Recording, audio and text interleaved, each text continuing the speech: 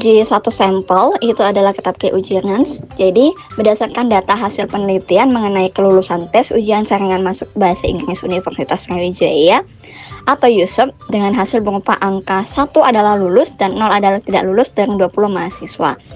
Nah, rumusan masalahnya adalah apakah data kelulusan tes ujian saringan masuk bahasa Inggris Universitas Sriwijaya atau USUP yang terdiri dari angka 1 lulus dan 0 tidak lulus dari 20 mahasiswa menunjukkan pola yang acak.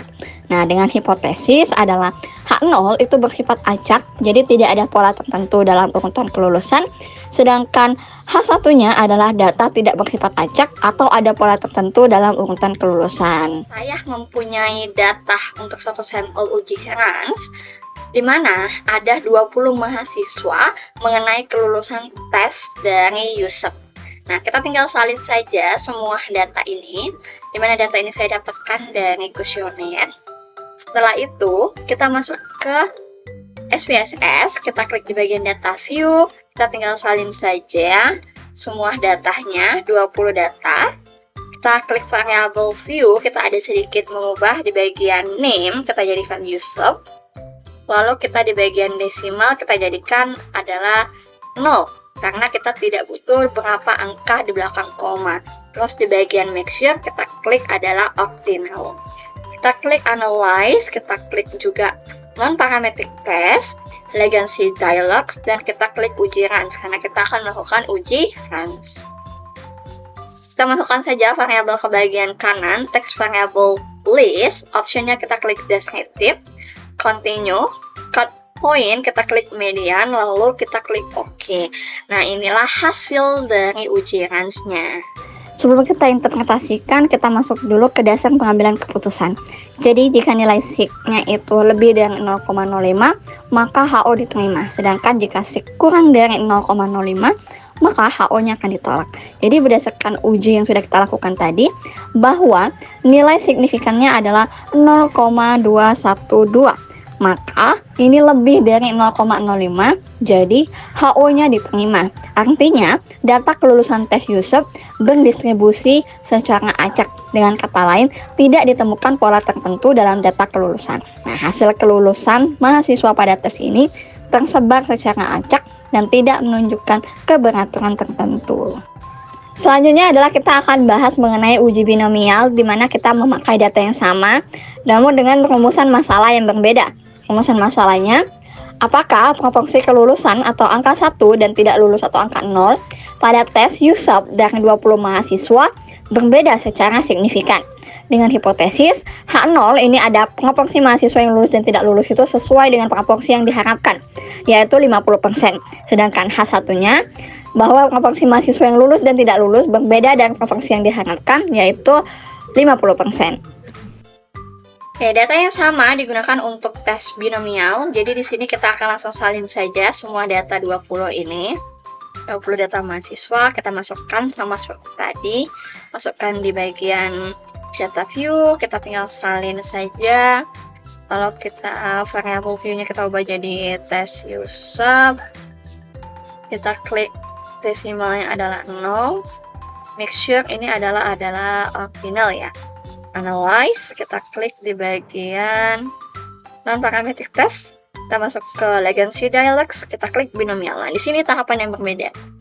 Dia diketik adalah binomial, karena kita akan melakukan tes binomial. Ini kita masukkan test variable list, optionnya jangan lupa kita klik descriptive, kita continue, get from data, test propositionnya adalah 0,50. Lalu kita tinggal klik OK, dan inilah adalah hasil dari tes binomial. Sebelum kita menginterpretasikan, kita harus tahu dulu dasar pengambilan keputusannya. Jadi, jika nilai SIG-nya itu lebih dari 0,05, maka HO diterima. Sedangkan sebaliknya, jika kurang dari 0,05, maka HO ditolak.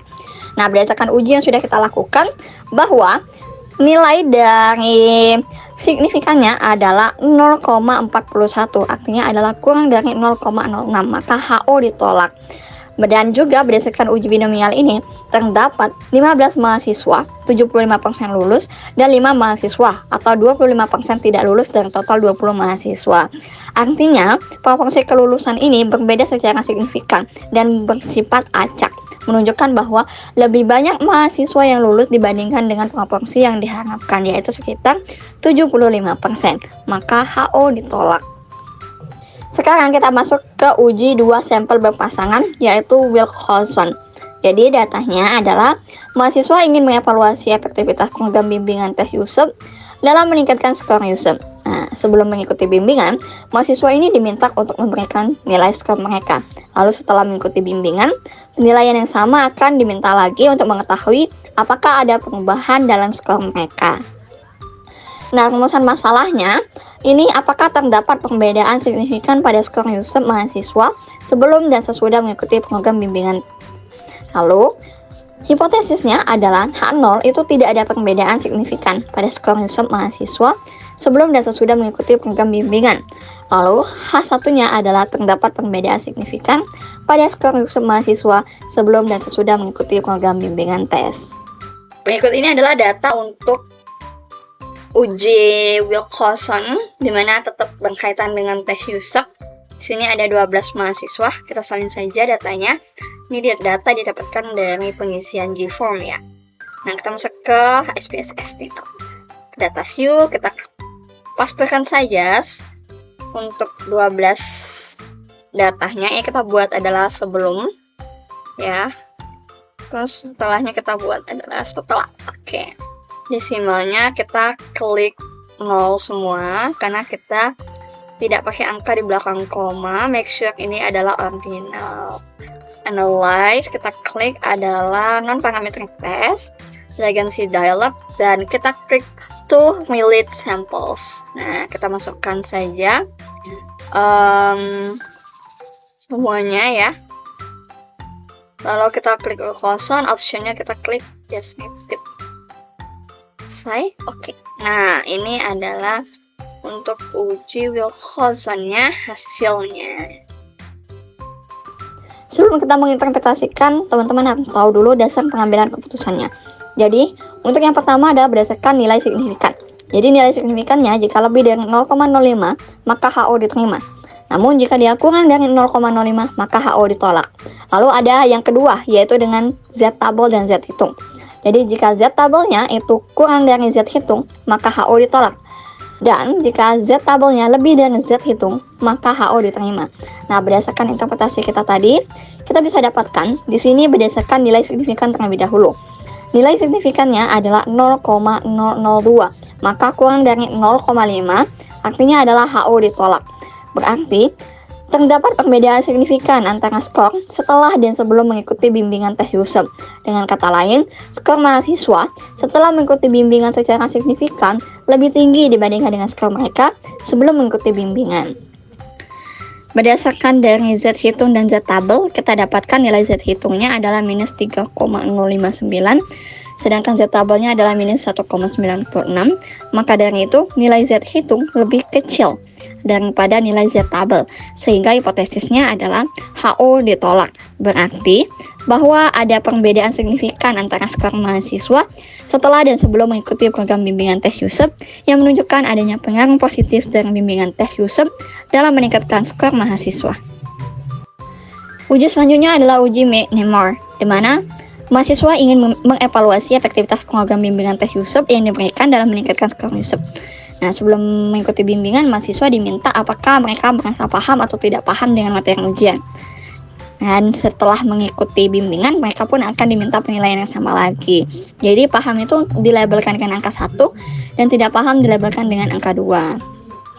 Nah, di mana untuk uji McNemar ini sendiri, rumusan masalahnya adalah apakah program bimbingan tes USEP berpengaruh signifikan terhadap peningkatan pemahaman materi ujian mahasiswa. Dengan hipotesisnya adalah H0 tidak ada perbedaan yang signifikan, sedangkan H1 ada perbedaan yang signifikan dalam pemahaman materi ujian mahasiswa sebelum dan setelah mengikuti program bimbingan tes USEP. Selanjutnya nih, data untuk uji McNemar.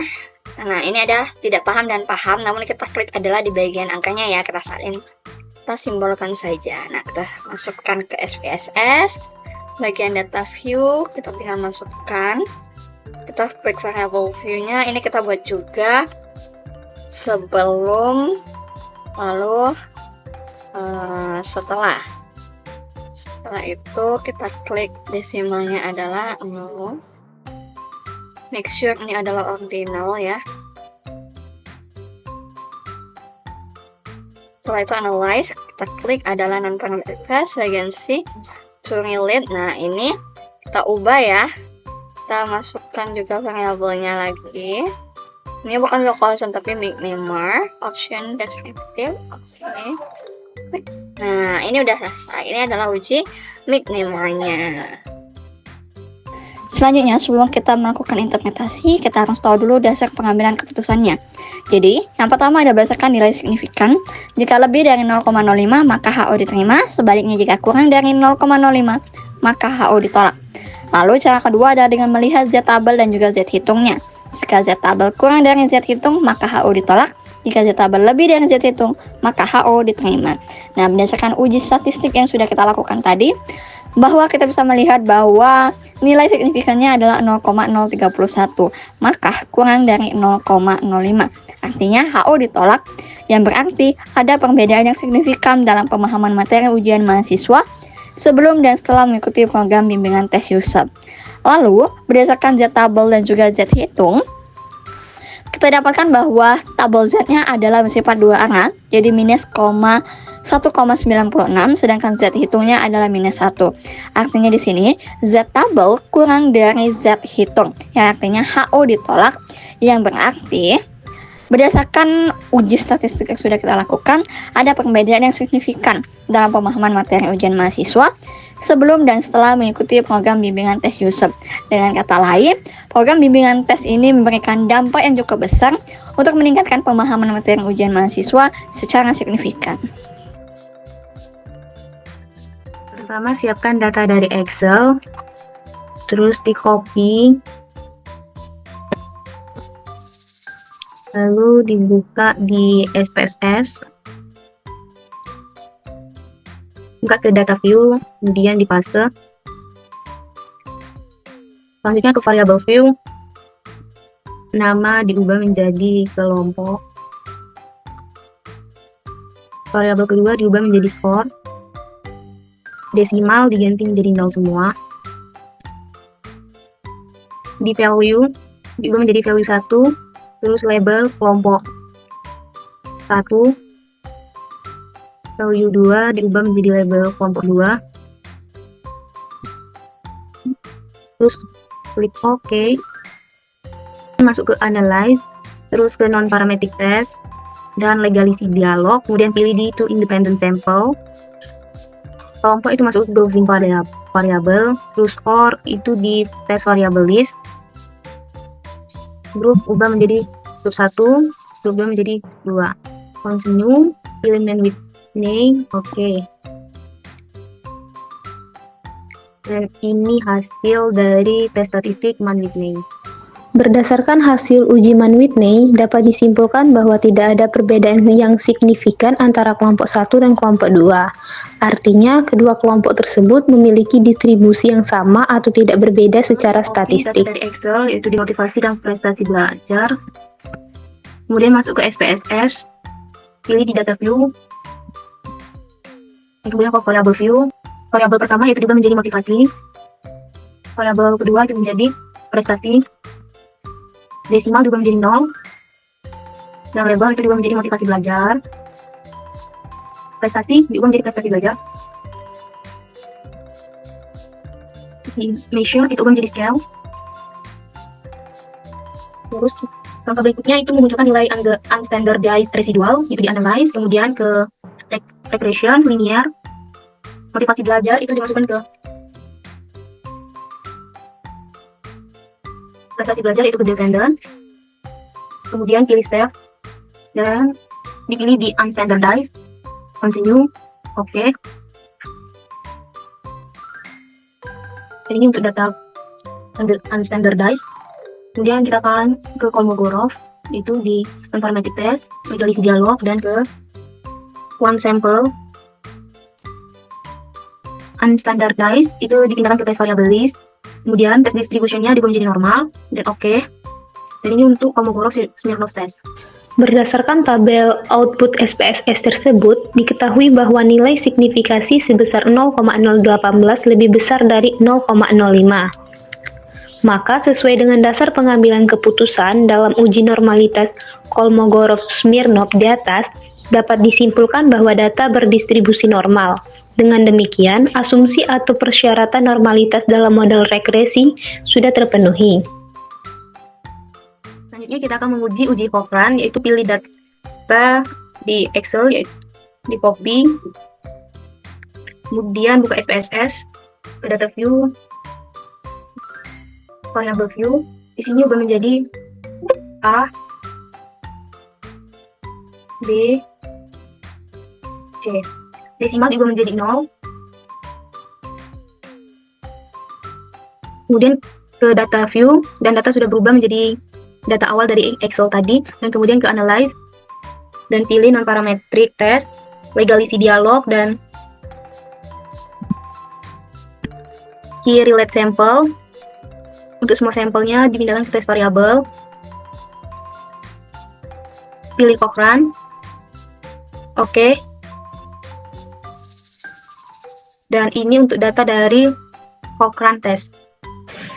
Nilai signifikasi yang sangat kecil atau kurang dari 0,01, kita dapat menolak hipotesis 0 dan menyimpulkan bahwa terdapat perbedaan yang signifikan dalam proporsi keberhasilan antara kelompok A, B, dan C.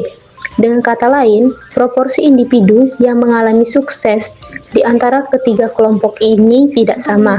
Uji Walsh-Kruskal, kita akan mengcopy data dari Excel, kemudian masuk ke SPSS, ke data view, dan variable view. Ini diubah menjadi penjualan, dan ini menjadi kuota. Desimal diubah menjadi 0, measure diubah menjadi scale. Kemudian ke analyze, descriptive statistik, explore, penjualan itu ke dependent list, kemudian kota itu ke factor list, plot, continue, oke. Kemudian kita ke analyze, dan ke non-parametric test, legalisi dialog, ke independent sample, penjualan itu masukkan ke test variable list, dan kota itu ke grouping variable. Kemudian ke define range, minimum yaitu 1 dan maksimumnya yaitu 3. Continue, jadi Kruskal-Wallis, dan oke. Dan ini untuk hasil tes Kruskal-Wallis. Nilai asisik cukup besar atau 0,457, jauh di atas tingkat signifikasi umum yaitu 0,05. Berdasarkan hasil uji Kruskal-Wallis, dapat disimpulkan bahwa tidak ada perbedaan yang signifikan antara median penjualan di antara ketiga kota yang dibandingkan. Kita akan mengcopy data dari Excel, kemudian ke SPSS, ke variable view, ini diubah menjadi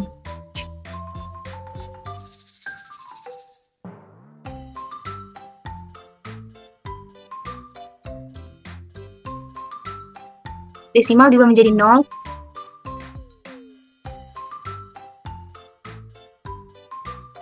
Di measure kita ubah menjadi scale.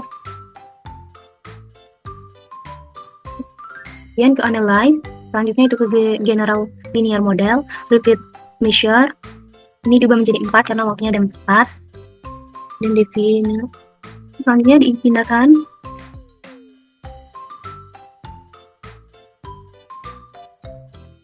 Kita pilih save. Standar. Continue. Oke.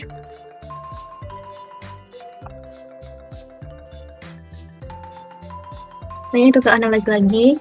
Descriptive statistik, ke explore,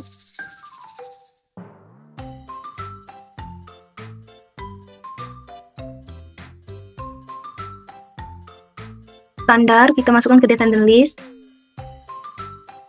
explore plots, terus ke normality, selanjutnya continue, oke. Dan ini untuk hasil dari tes fit. Berdasarkan data di atas, dapat disimpulkan bahwa semua kelompok data A, B, C, dan D tidak dapat dianggap berasal dari distribusi normal. Hal ini ditunjukkan oleh nilai signifikasi yang semuanya kurang dari 0,05, baik untuk uji Kolmogorov-Smirnov maupun Shapiro-Wilk. Hasil uji normalitas menunjukkan bahwa asumsi normalitas residual tidak terpenuhi.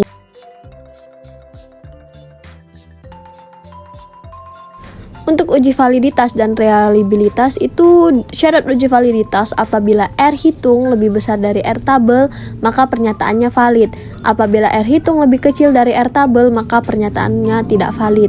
Berikutnya itu uji reliabilitas apabila nilai Kornbusch alpha-nya lebih dari 0,60 maka pernyataannya reliable, dan apabila nilai Kornbusch alpha-nya kurang dari 0,60 maka pernyataannya tidak reliable. Berikutnya itu ada uji validitas dan reliabilitas. Di sini kami mengambil topik preferensi makanan dengan 3 variabel terikatnya, yaitu harga, pemasaran, dan gaya hidup. Dengan sampelnya sebanyak 30. Setelah datanya semua kita salin, kita pindahkan ke SPSS.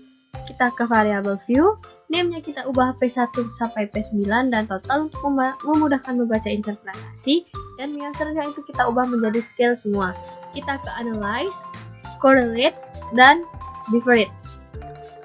Semua datanya kita pindahkan ke kolom variabel, correlation coefficient persennya kita centang, lalu kita oke.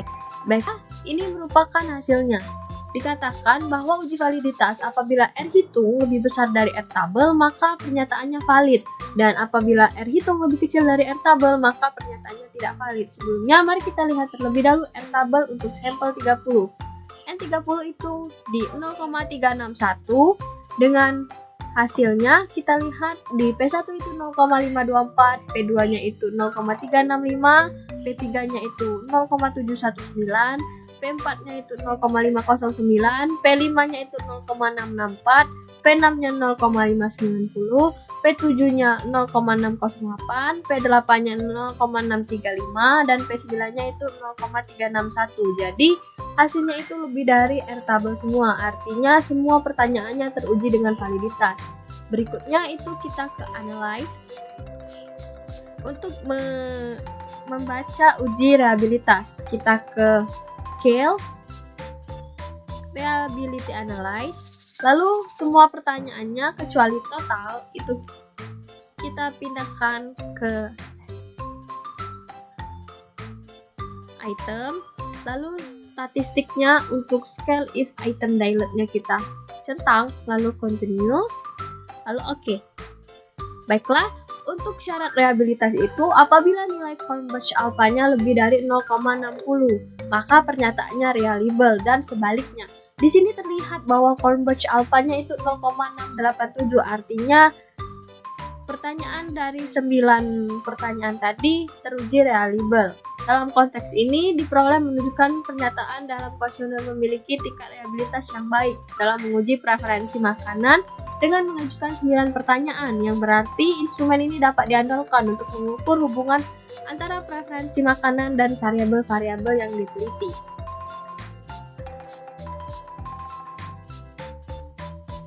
Berikutnya itu ada uji sampel besar. Di uji sampel besar itu ada uji asumsi klasik, uji T, dan uji F. Di sini kami mengambil topik preferensi makanan dengan sampel sebanyak 20, di mana Y-nya itu permintaan makanan, X1-nya pendapatan, dan X2-nya harga makanan.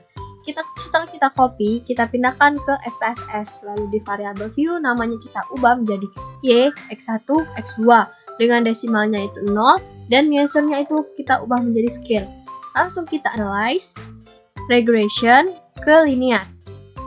Oke, selanjutnya Y-nya itu kita pindahkan ke kolom dependent, X1 dan X2-nya itu kita pindahkan ke kolom independent. Statistiknya untuk deskriptif, collinearity, dan Darwin-Watson-nya itu kita centang. Lalu plots-nya itu jangan lupa Y-nya itu S-Facet dan X-nya itu Z-Prit. Lalu histogramnya kita centang. Oke, continue, dan selanjutnya kita lihat hanya. Baiklah, ini berupa dari uji sampel besar. Di sini ada uji normalitas, uji heterokedastisitas, uji multikolonialitas, uji autokorelasi, uji T, dan juga uji F. Untuk interpretasinya kita lanjutkan di slide berikutnya. Baiklah, di uji sampel besar itu terdapat hipotesis di mana H0-nya itu tidak terdapat pengaruh yang signifikan antara pendapatan dan harga dengan permintaan makanan. HA-nya terdapat pengaruh yang signifikan antara pendapatan dan harga dengan permintaan makanan. Yang pertama itu ada uji normalitas. Berdasarkan histogram yang berbentuk gunung dan scatter plot yang menunjukkan penyebaran residual yang baik, dapat disimpulkan bahwa data residual terdistribusi dengan normal. Ini mendukung validitas model regresi yang digunakan. Yang kedua itu ada uji heterokedastisitas. Dalam konteks penelitian ini, nilai residual lebih besar dari 0 atau kurang dari 0. Scatter plot menunjukkan bahwa residual menyebar baik di atas maupun di bawah 0, tanpa pola yang jelas. Ini dapat mengindikasikan bahwa tidak ada masalah heterokedastisitas yang signifikan. Yang ketiga itu ada uji multikolonialitas. Dalam konteks penelitian ini, hasil menunjukkan bahwa semua nilai tolerance yaitu kurang dari 0,1 dan nilai VIF-nya itu kurang dari 10. Jadi berada dalam batas yang aman, yang berarti bahwa variabel-variabel seperti pendapatan dan harga makanan tidak saling berkorelasi secara signifikan. Berikutnya itu ada uji autokorelasi. Nilai hitung terbebas di antara nilai DU, nilai kita 4 dikurang DU, di mana DU lebih kecil dari 1,349 dan lebih kecil dari 4 dikurang DU. Sampel 20, DW 5% itu 1,349, di mana K2-nya karena variabel kita ada 2 dengan sampel N sama dengan 20. Jadi tabel DW-nya itu 1,537 lebih besar dari 1,349. Lebih besar dari 4 dikurang 1,537 atau 2463. Jadi terjadi autokorelasi di sini karena nilai DW 1,349 tidak berada di antara DL dan DU. Maka hasil ini menunjukkan bahwa model regresi digunakan mengalami masalah autokorelasi, yang berarti bahwa residual dari model tersebut berkorelasi satu sama lain. Berikutnya itu ada uji T. Uji T digunakan untuk menguji signifikan dari masing-masing koefisien regresi dalam model. Dalam konteks ini, pengaruh masing-masing variabel independen X1 dan X2 terhadap variabel dependen Y, yaitu permintaan makanan. Karena terdapat data sebanyak 20 dengan melihat dua arah, jadi T 0,025 yaitu sebesar 2,086 didapat dari tabel T. Jadi jika T hitung lebih besar dari T tabel, maka terdapat pengaruh yang signifikan terhadap permintaan makanan. Dapat dilihat di sini antara X1 dan X2 itu X1 nilai T-nya T hitungnya lebih besar dari T tabel yaitu 11,381, lebih besar dari 2,086. Berikutnya 11,381 lebih besar dari 2,086. Berikutnya itu ada uji F. Uji F digunakan untuk menguji signifikasi keseluruhan dari model regresi, yaitu apakah setidaknya satu dari variabel independen berpengaruh terhadap variabel dependen. Diketahui F hitungnya itu 151,117 dan F tabelnya itu 3,59. Kita melihat di F tabel 5%, di mana N dikurang DF sama dengan 19 dikurang 2 sama dengan 17, yaitu 3,59. Karena F hitung 151,117 lebih besar dari F tabel 3,59, maka H0 ditolak. Artinya terdapat pengaruh yang signifikan